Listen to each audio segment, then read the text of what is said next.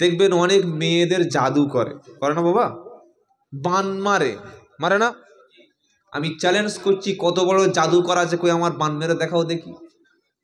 কত বড় জাদু করা আছে, আমার জাদু করে পাগল করো দেখি। সহজ না। কেন?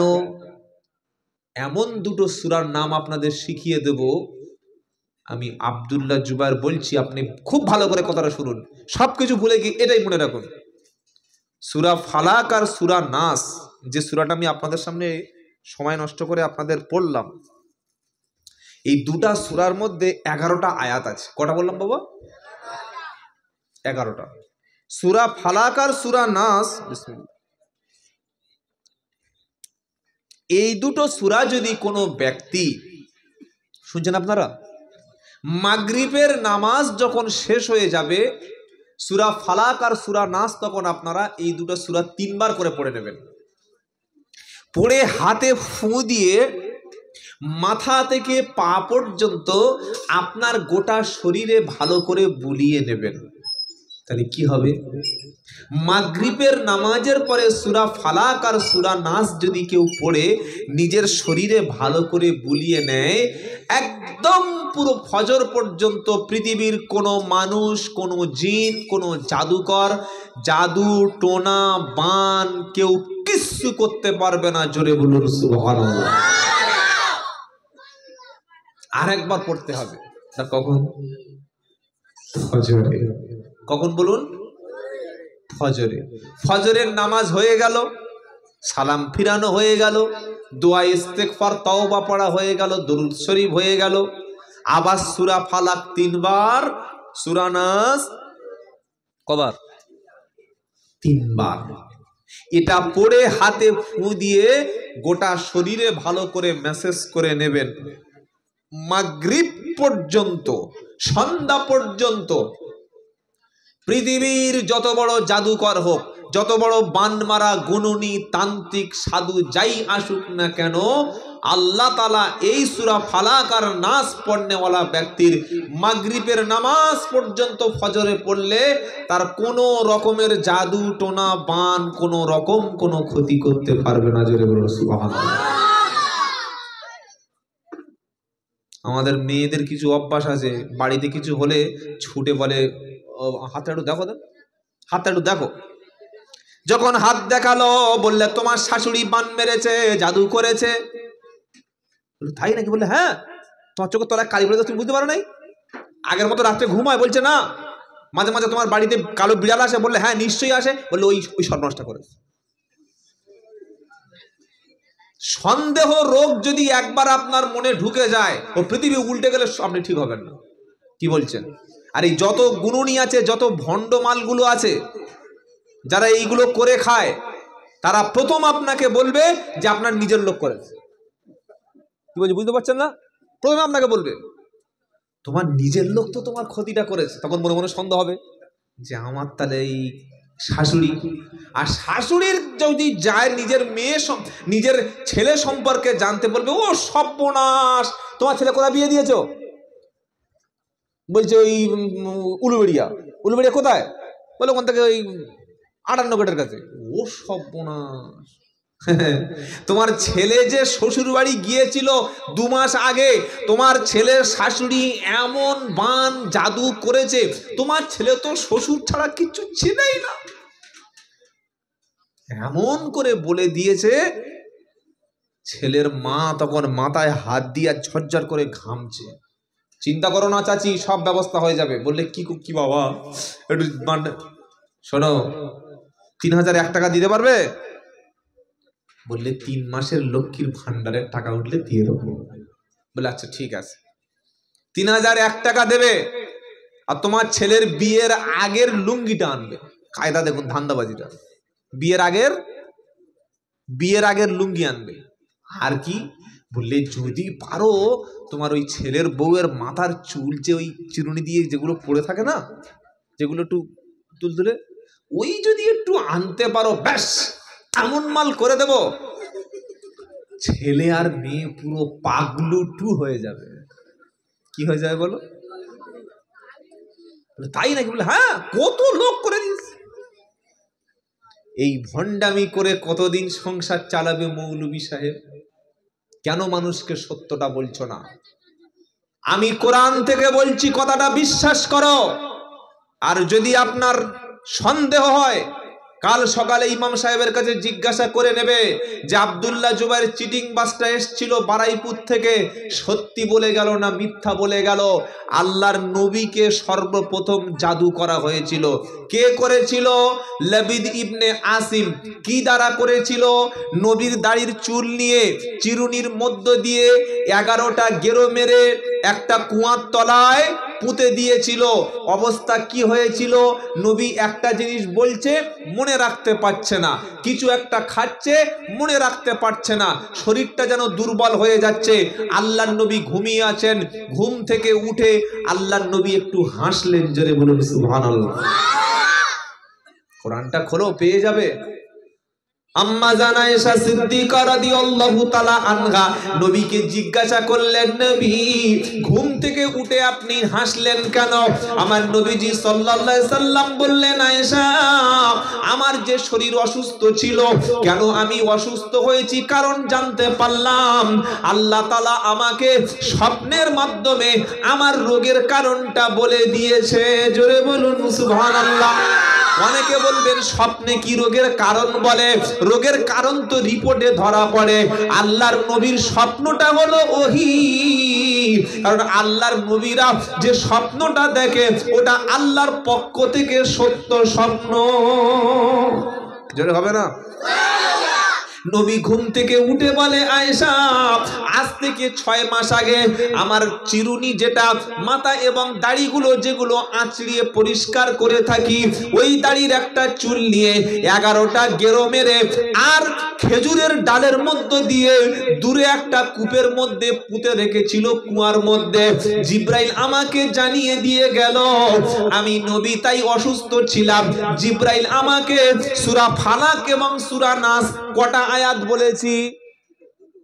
আরে সূরা দুটো, আয়াত কটা? এত বোকা হলে কি করে সংসার হবে আপনাদের নিয়ে আমার? সূরা হলো দুটো, আয়াত হলো 11টা। সূরা হলো দুটি, আয়াত বা বাক্য কটা? 11টা।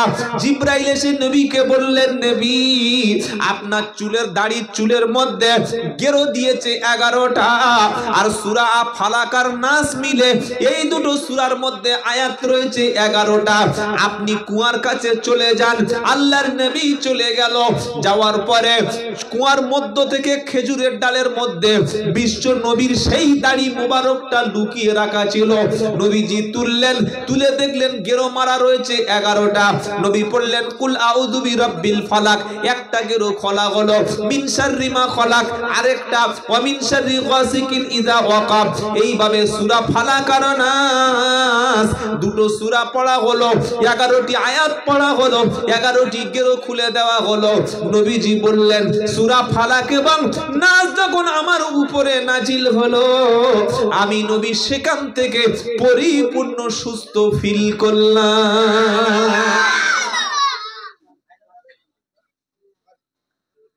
এইটা যদি আমরা মৌলবীরা বলি, তাহলে আর কেউ আমার কাছে 3000 টাকা নিয়ে জাদু করাতে যাবে? তা আমি কেন এত বড় লস করব?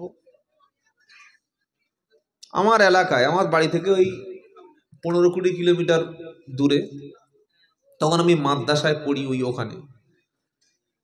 একদিন দেখি একটা বাড়ির ওই ভাবি আর চাচি, মানে 2 বয়সের মাঝখানে। চাচি মোটামুটি 50 হলে চাচি, আর 28-30 বছর মানে ভাবি। ও বয়স প্রায় 38-40 হবে।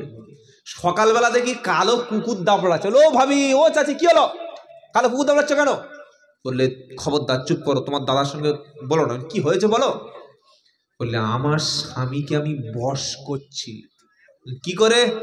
বললে, এক মৌলবী বলেছে মাদলির মধ্যে তাবিজ দিয়ে, ওই তাবিজটা রুটির মধ্যে দিয়ে কালো কুত্তাকে খাওয়ালে, কুকুর যদি রুটির সঙ্গে তাবিজটা খেয়ে নেয়, তাহলে আমার স্বামী পুরো কুত্তার মতো আমার পিছনে ঘুরবে। কি নাউজুবিল্লাহ বলবেন না সুবহানাল্লাহ বলবেন? ছি ছি ছি ছি, এটা হয় কোন? বলে, হ্যাঁ হুজুর বলে দিয়েছে মানে নিশ্চয়ই হবে। ও হুজুর না খেজুর একবার দেখেছো চেক করে যে খেজুর না হুজুর আছে ওর কাছে? তুমি মনে করছে হুজুর কিন্তু মাল তো অরিজিনাল খেজুর, ভিতরে দুটো আঁটি ছাড়া কিচ্ছু নাই। কি বুঝলেন? ও তো তোমার মাথায় কাঁটার লেগে কভার করে খাওয়া খেজুর। কালো কুকুর ধরে রুটিটা খাইয়ে দিল, আর কুকুর কি পাগল নাকি ও তোমার শক্ত মালদি খাবে? রুটিটা খেয়ে পালিয়ে চলে গেছে, ও ধরেছে মালদিটা গালে দিয়ে দেবে। এই বাবাজিরা, আল্লাহ ভাইয়েরা, তাবিজ দিয়ে যাচ্ছি, লিখে নাও, কাজ হবে। প্রত্যেক দিন মাগরিবের সময় সূরা ফালাক আর নাস আর ফজরের সময় সূরা ফালাক আর নাস পড়বেন, ইনশাআল্লাহ জাদু টোনা বান জিন ভূত খবিস আপনাকে কোনো ক্ষতি করতে পারবে না। এই তাবিজ কিন্তু 1 পয়সা নেব না, সারা জীবনের জন্য আমল করার জন্য দিয়ে গেলাম। আমল করবেন ইনশাআল্লাহ। তাহলে কুল শব্দ দিয়ে কতগুলো আয়াত বার হলো? প্রচুর আছে, আর বলবো না, এই পর্যন্ত। এবার ওই দিকে যাই। কোন দিকে? যে নবীর কাছে প্রশ্ন হচ্ছে কার পিছনে খরচ করব, কার পিছনে ব্যয় করব। মনে আছে তো নাকি ভুলে গেছেন? এইবার নবী বলে দিচ্ছে, কুল মা আনফাকতুম মিন খায়রিন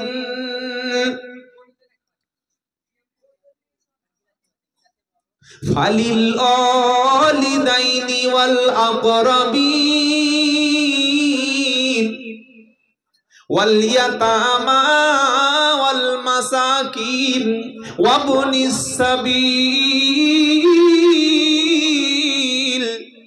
ওয়ামা তাফআলু মিন খায়রিন ফাইন্নাল্লাহা বিহি আলিম। এই লিস্ট শেষ হবে, আমার বক্তব্য শেষ হয়ে যাবে। কি বললাম বুঝতে পারেন নাই? খাওয়ার ব্যবস্থা আছে নাকি? তাবারক আছে? সব রেডি করুন, লিস্ট শেষ, দোয়া হবে সঙ্গে সঙ্গে কমপ্লিট। লোক 2টো পর্যন্ত বক্তব্য শুনে বিরিয়ানি খেতে খেতে যাচ্ছে আর বলছে মালটা দারুণ বললো বে। আর ওই যে শুয়েছে না, উঠে দেখছে 9টা, তার মানে ফজরের নামাজ মক্কা শরীফে গিয়ে পড়েছে, তাই তো? কি দুটোয় যদি কেউ শোয় ফজরে উঠতে পারবে? হ্যাঁ, এই জন্য জলসা হবে 12টা থেকে 1টা, এর বেশি না। 12টার পরে জলসা শুনে বা বলে কোনো লাভ নাই। আমি বারবার আপনাদের বললাম, যতগুলো কথা শুনছি আমরা প্রত্যেকটা আমল করব, বলুন ইনশাআল্লাহ। লিস্টটা শুনে নাও কোরআন থেকে। কুল মা আনফাকতুম মিন খায়রিন ফালিল ওয়ালিদাইনি ওয়াল আকরাবিন।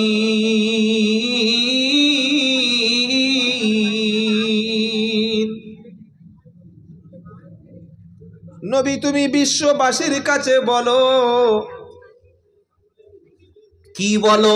তোমরা যখন খরচ করবে, ব্যয় করবে, খাওয়াবে, পরাবে, দামি কাপড় কিনবে, দামি হাদিয়া দেবে, পুকুরের মাছটা, গাছের ফলটা, দামি মুরগিটা, মোরগটা, লেগ পিসটা, ছাগলটা, কলিজাটা যখন তোমরা খাওয়াবে, কুল মা আনফাকতুম মিন খায়রিন ফালিল ওয়ালিদাইনি ওয়াল আকরাবিন, আগে তোমার আব্বা আম্মার পিছনে খরচ করো।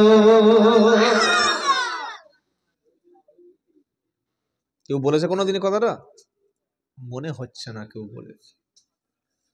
প্রচন্ড শীত, তোমার বাড়িতে ব্ল্যাঙ্কেট আছে, লেপ আছে, তোমার মা এসবেস্টারের ঘরে ঘুমায়, তোমার ঘরের উপরে ছাদ আছে, তুমি এসবেস্টারের ঘরে মাকে রেখেছো। রাত 2টো বেজে গেলে ঠান্ডার পারদ যখন ডিগ্রি যেমন নেমে আসে, টেম্পারেচার যখন নেমে আসে, তোমার মায়ের পাটা ঠান্ডা হয়ে যাচ্ছে, পাতলা একটা মশারি, পাতলা একটা কাপড়, পাতলা 2টো কাঁথা মুড়ি দিয়ে শুয়ে আছে। তুমি সন্তান বাজার থেকে একটা ব্ল্যাঙ্কেট কিনে তোমার মায়ের উপরে দিয়ে দাও। আল্লাহর কসম করে বলছি, আল্লাহ তোমার রহমতের চাদর দিয়ে তোমাকে শান্তিতে রেখে দেবে।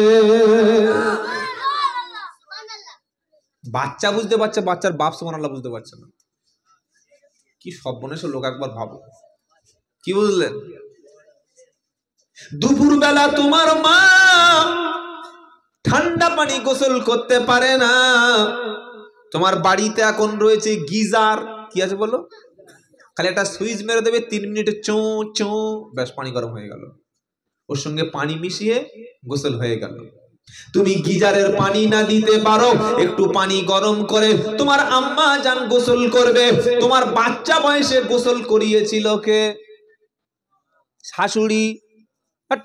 শাশুড়ি কথা, শাশুড়ি আর শালিরা কি গো, তুমি যখন 1.5 বছর 2 বছর ছিলে ওই সময় তোমার মা ঠান্ডা পানি গা ধুইয়েছে না গরম পানি?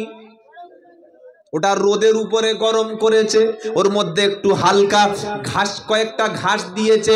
পানিটা যখন হালকা গরম হলো, তোমার মা চতুর্দিকে তেল, মাঝখানে ফাঁকা জায়গা, তোমার পায়ের উপরে বসিয়ে নিয়ে মাথায় পানি দিয়েছে, গায়ে পানি দিয়ে সঙ্গে সঙ্গে নিজের আঁচল দিয়ে মুছে দিয়েছে, আর তোমার মুখে একটা চুমা দিয়েছে, তোমার শরীরে ভালো করে তেল ম্যাসেজ করে দিয়েছে। তোমার মা জানতো যে বাচ্চাকে ঠান্ডা পানি গোসল করালে একটু দেরি হয়ে গেলে বাচ্চার ঠান্ডা লেগে যাবে, আর ছোট বাচ্চার ঠান্ডা লেগে গেলে ও বাচ্চাকে বাঁচানো যাবে না। তাই শীতের দিন তোমার মা কি গো প্রত্যেক দিন গরম পানি করে তোমার গোসলের ব্যবস্থাটা করিয়ে দিয়েছে। আজকে সেই মা ঠান্ডা পানিতে গোসল করছে, তোমার চোখে কি দুটো ছানি একসাথে পড়েছে? একটু গরম পানিটা হালকা করে তোমার মায়ের পাশে গিয়ে তোমার বিবিকে বলো গোসলটা করিয়ে দিতে। তোমার মায়ের যদি গোসলটা তুমি করিয়ে দিতে পারো, আল্লাহর কসম করে বলছি, বাড়িতে কোনো মিলাদ লাগবে না, কোনো তাবিজ লাগবে না। বিনা তাবিজ বিনা মিলাদে আল্লাহ তোমার রুজির অভাব দূর করে দেবে। গরু জবাই করেছে মিলাদে, আর আমার মতো হারাম করে দাওয়াত করেছে। বলে হুজুর দোয়া করো, 3 খতম পড়েছে মেয়েরা। তাহলে দোয়া তো করবো, খতম তো খুব জোর হয়েছে। তোমার বাপ বেঁচে আছে? বলছে ওই বসে আছে, ওই বুড়োটা আমার বাপ। ডাকো ডাকো, বাপের ডাকো, পাশে বসুক। বলছে হুজুর আমার আব্বার সঙ্গে আমার কথা হয়। বেরো ছাগল, বেরো বলতে পারো, ছাগল কোথাকার। আমার ডেকেছে মিলাদে দোয়া করবে, বাপের সাথে কথা বলে না, তো আমার দোয়াটা প্যান্ডেলে উঠবে? বোকা কোথাকার। যে জন্ম দিয়েছে তাকে তুমি দোয়া করাও। আগে বাপ আগে মা, বলুন ইনশাআল্লাহ। কি বানাচ্ছি নাকি? আল্লাহর কোরআন থেকে বলছি। কত মা শীতের সময় ঠক ঠক ঠক ঠক করে কাঁপছে, ছেলের হুঁশ নাই। দুটো এই পায়ের মোজা, এই দুটোর দাম কত? 20,000 টাকা নাকি? আরে বলছে না কেন? 100 টাকা দিলে 3টে মোজা হবে, মোটা মোটা মোজা। 3টে ছেলে, দুটো মায়ের একটা মোজা কিনে দিতে পারছে না। কি সর্বনাশ! মারাটা চাদর কিনে দেয় না। বুড়ি মানুষটা ঠকঠক করে কাঁপছে। বাড়ির বউরা বলছে মা তো বেকার ভাতা পাচ্ছে, ওই দিয়ে কিনবে। আর ছোট বউটা সে ভয়ঙ্কর চালাক মাল, ডিজিটাল মাল। ও বলছে কেন তোমার মার ব্যাংকে নাকি 28,000 টাকা আছে, তুলতে পারে না? বুদ্ধি দেখেছো মেয়েদের? বাঁশ দেয়া বুদ্ধি। 28,000 টাকা। বাবাজিরা, আল্লাহ ভাইরা, কোরআনের প্রথম লিস্টে নাম এসছে, তুমি যার খাওয়াবে, যার পরাবে, যার পোশাক কিনে দেবে, ওটা তোমার আব্বা আম্মা। একটাও বানানো কথা বলবো না, সব আল্লাহর কোরআন থেকে। বলুন সুবহানাল্লাহ। বাপ যদি অসুস্থ হয়ে বিছানায় পড়ে থাকে, বড় ছেলে বলছে তুই ডাক্তার ডেকে আন, ছোট ছেলে বলছে তুই টাকাটা দে, মেজো ছেলে বলছে তুই টাকাটা দে।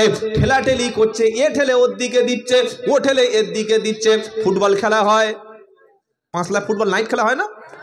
হাওড়ার লোক ফুটবল খেলে না বললে শয়তানও বিশ্বাস করবে না। কি গো, ফুটবল যখন খেলা হয়, এদিকে কজন ওদিকে কজন, একদিকে 6-6 6-6 13, তাই তো? 6 দোকানে 12, আর দুদিকে গোল পোস্টে দুজন, কজন হলো? 13। কাঁচা কাঁচা কঞ্চি আছে কেন দেখি, একটা কাঁচা কঞ্চি দাও। খেলা কথা করে। 6 দোকানে 12, গোল পোস্টে দুজন 14। 6 জন লাতিয়ে দিচ্ছে ওপারে, ওপার থেকে লাথি মেরে দিচ্ছে এপারে। আর গোল পোস্টে গোলকিপার খালি এরকম করছে, কিপার খালি এরকম করছে। কি গো, বড় ছেলে একবার লাথি মারে বড় বৌমার কাছে, বড় বৌমা লাথি মারে মেজো বৌমার কাছে, মেজো বৌমা লাথি দেয় ছোট ছেলের কাছে। বুড়োটা খালি একবার এরকম করে, বুড়িটা এরকম করে। তুমি তোমার বাপ মাকে ফুটবল বানিয়েছো না? এ বাবাজিরা, সম্মান যদি বাঁচতে চাও, মাথা তুলে যদি মাথা উঁচু করে বাঁচতে চাও, বাপ মার খেদমত করো, আল্লাহর কসম তুমি জান্নাত পেয়ে যাবে। বলুন সুবহানাল্লাহ। আল্লাহর কোরআনের কথা, কেন আমি আপনাদের ধোঁকা দিয়ে যাব?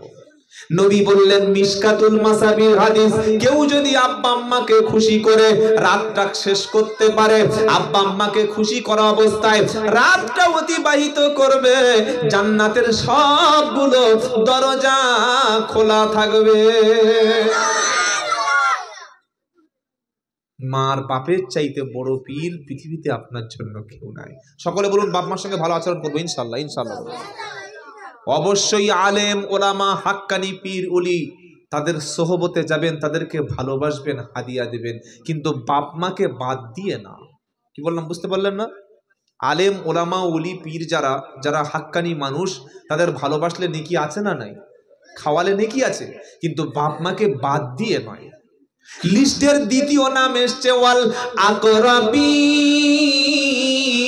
তোমার নিকট আত্মীয় যারা, জোরে বলুন, তোমার চাচা, তোমার চাচি, তোমার ফুফু, তোমার খালা।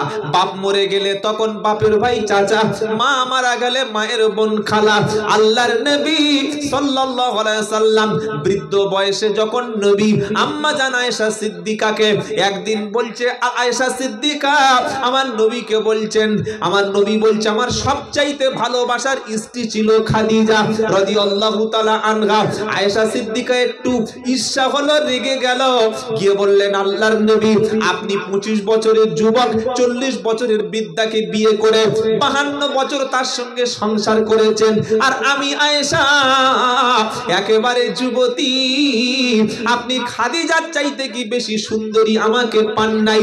আমার নবী বললেন আয়েশা খবরদার, খাদিজা সম্পর্কে তোমরা কোনো কমেন্টস করো না, কোনো বাজে কথা বলো না, তোমরা সকলে আমার সুখের দিনের স্ত্রী, আর আমার খাদিজা হলো আমার দুঃখের দিনের স্ত্রী। আজকে আমার সবাই আছে, আমি যেদিন মক্কায় ছিলাম সবাই আমাকে তাড়িয়ে দিয়েছে, কেউ আশ্রয় দেয় নাই, খাদিজা রাদিয়াল্লাহু আনহা আশ্রয় দিয়েছে। সবাই আমার কলেমা পড়ে বিশ্বাস করে নাই, আমার খাদিজা কলেমা পড়ে বিশ্বাস করে মুসলমান হয়ে গেছে। আমার খাদিজার ভালোবাসা তোমাদের মতো হবে না, জোরে বলো। মায়ের ভালোবাসাটা খালার কাছে কিছুটা পাওয়া যায় না, যায় না? খালা, মা মারা গেছে, খালা তো বেঁচে আছে, ডেকে খাওয়াও, দাওয়াত করো। বাপ মারা গেছে, বাপের ছোট ভাই চাচা বেঁচে আছে, তাদেরকে দাওয়াত করো, তাদেরকে খাওয়াও, আল্লাহ খুশি হবে, জোরে বলুন সুবহানাল্লাহ। আর 2জন 3জন লিস্ট আছে, শেষ বক্তব্য শেষ। 3 নম্বর হলো ওয়াল ইয়াতামা, ইতিম। কারা? জোরে বলো। ইতিম, ইতিম, বাবা নাই, মা নাই, অনাথ কেউ নাই, ওই রকম ব্যক্তিকে পাশে বসিয়ে মাথায় হাত বুলিয়ে দাও, ওই রকম ব্যক্তিকে একটু দাওয়াত করে খাও, ওই রকম ব্যক্তিকে একটা পোশাক কিনে দাও, আল্লাহর জান্নাত তোমার জন্য ওয়াজিব হয়ে যাবে, বলুন সুবহানাল্লাহ। 4 নম্বর আল মাসাকিন, মিসকিন যারা, এত দরিদ্র অথচ লজ্জায় কারোর কাছে হাত পাততে পারে না, মিসকিন, তাদেরকে দাওয়াত করো, তাদেরকে খাওয়াও। আমার বাপ মরে গেলে কবর খুলবে কারা? গরিব খেটে খাওয়া জন্মজুরি লোককে আমি কবর খোলাতে ডাকবো। আর মেয়ের বিয়ের সময় কাদের দাওয়াত করব? জোরে বলো।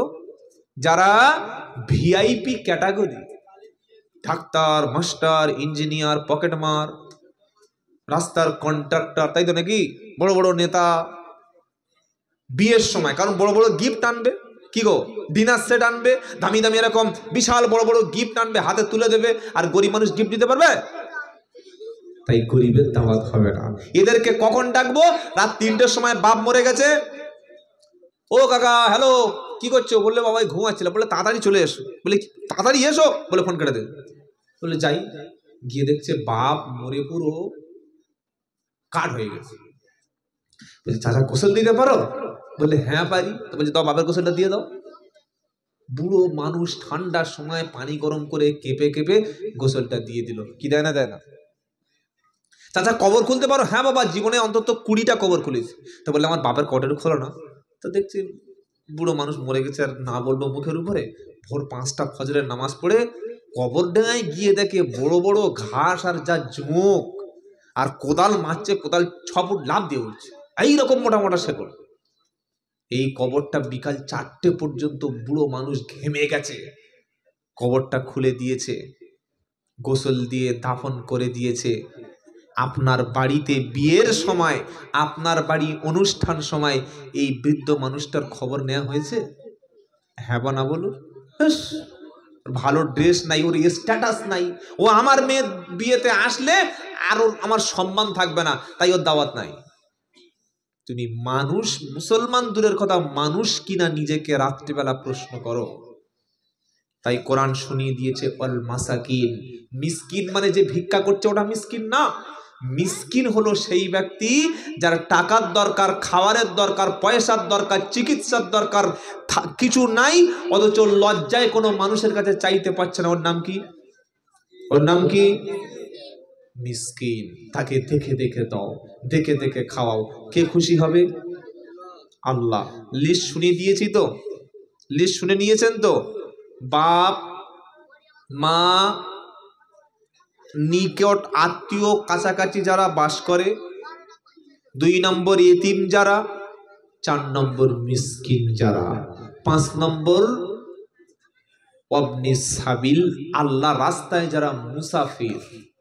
মুসাফির মানুষ এসছে, তাকে তুমি ভালো ব্যবহার করো, খেতে দাও, ভালোবাসো, আল্লাহ পাওয়া যাবে। জোরে বলুন সুবহানাল্লাহ। বলুন যে তাহলে কই আমাদের বক্তা সাহেব, হুজুর সাহেব, এই ইমাম সাহেবের কারোর নাম তো আসলো না। অত সহজ না। ইমামকে খাওয়ালে সওয়াব আছে, বক্তাকে খাওয়ালে সওয়াব আছে, কিন্তু 5 জনকে আগে জানো আল্লাহর কথা অনুযায়ী চলবেন। বলুন ইনশাআল্লাহ। কথা আর লম্বা করব না, বক্তব্য শেষ করে দেওয়ার আগে বলছি শুনুন।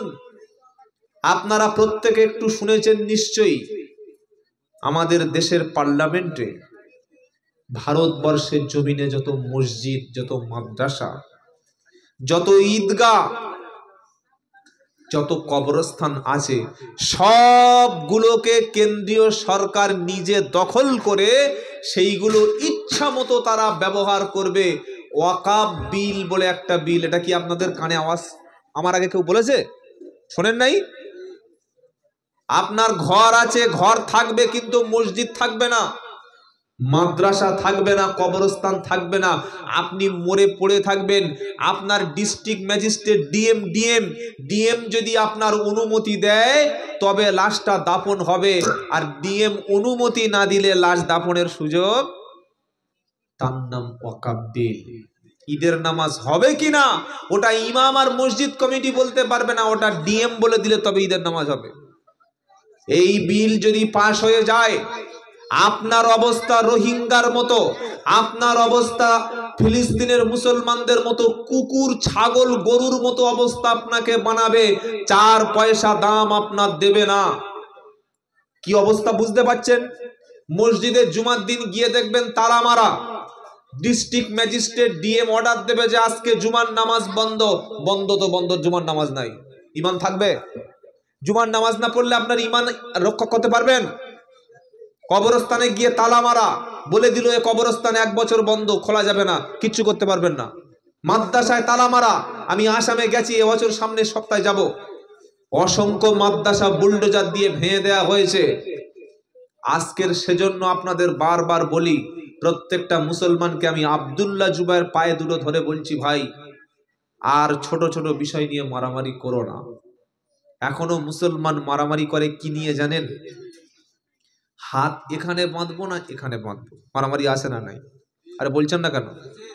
কালকের আমি গাড়িতে যাচ্ছি প্রোগ্রামে, ফোন করে একদিন হোয়াটসঅ্যাপে মেসেজ করেছে, এরকম ভাষা বলছে, হুজুর বুকের উপরে হাত বাঁধার দলিল আছে?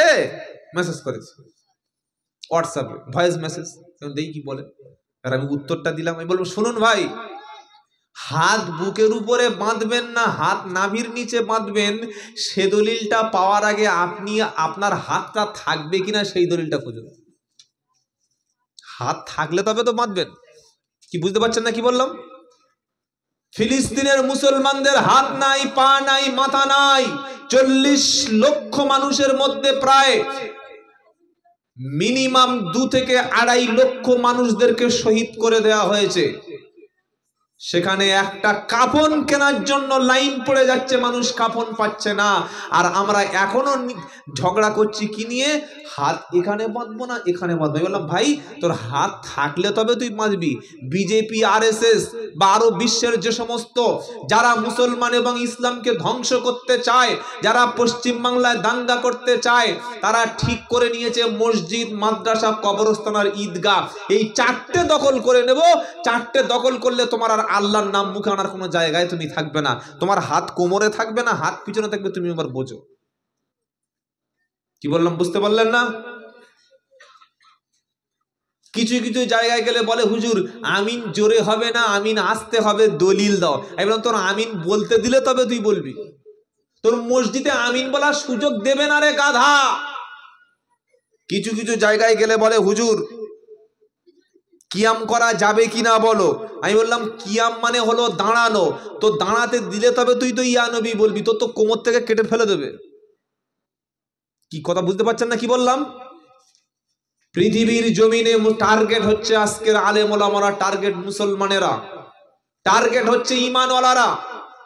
এবং তারা যখন টার্গেট করছে, কেন্দ্র সরকার যখন টার্গেট করেছে তবলিগকে, ফুরফুরাকে, আজানগাছিকে, আহলে হাদিসকে, বেরিলিকে, লামজাবিকে, হানাফি, শাফিকে, কাদরিয়াকে, আজানগাছি, এসব একটাও দেখছে না। মসজিদ বন্ধ করে দাও, মাদ্রাসা বন্ধ করে দাও। কি তবলিগ, ফুরফুরা, মাদ্রাসা, মসজিদ দেখছে তারা? আরে হ্যাঁ না বলছেন না কেন? তারা দেখছে মসজিদ মানে আল্লাহর ঘর। ও তবলিগের মসজিদ হোক আর ফুরফুরার মসজিদ হোক আর আহলে হাদিসের বেরেলি, মসজিদ বন্ধ করে দাও, মাদ্রাসা বন্ধ করে দাও। কত বড় সাহস তাদের!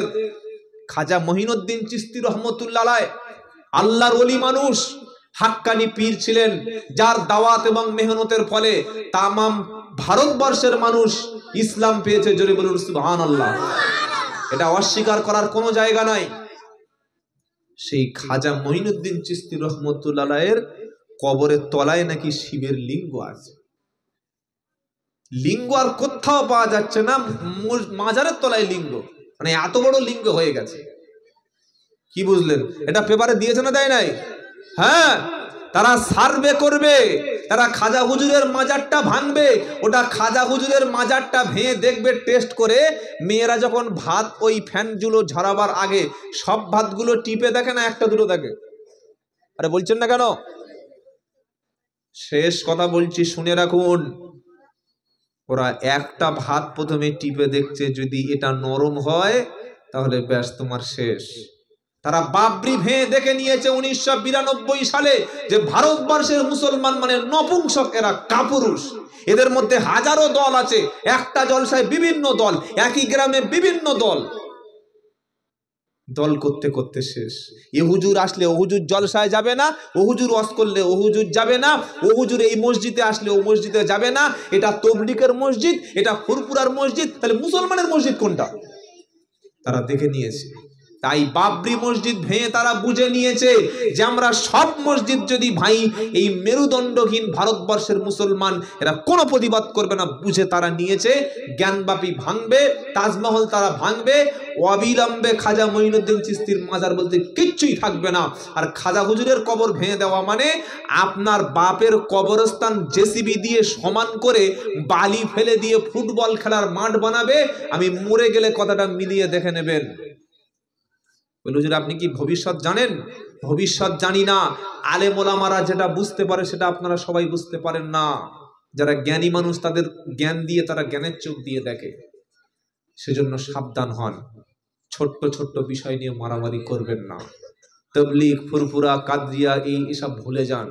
এখনো পর্যন্ত বাংলাদেশে সেদিন বাহাস হচ্ছে, বাহাস, মুসলমান লড়াই করছে কি নিয়ে? আজানের পরে, নামাজের পরে আল্লাহুম্মা আমিন, হাত তুলবো না তুলবো না। একদল বলছে তুলবো, এতগুলো কিতাব, আর একদল বলছে দলিল নাই, এতগুলো কিতাব। শুনছেন কি বললাম? এত বড় কিতাব এনেছে, খালি দলিল বার করছে কিসের? যে আজান নামাজের পরে একটু হাত তুলবো না তুলবো না। ওরে পাগল, ওরে ছাগল, ছোট্ট ছোট্ট বিষয় নিয়ে মতবাদ ভুলে যাও। ফিলিস্তিন শেষ করে দিয়েছে, শেষ। ইরাক ধ্বংস করে দিয়েছে, আফগানিস্তান শেষ করে দিয়েছে। এরপরের টার্গেট হচ্ছে সিরিয়া। কি বললাম? সিরিয়া। আপনারা অনেকেই দেখেছেন সিরিয়ার যে প্রেসিডেন্ট ছিল বাশার আল আসাদ পালিয়েছে।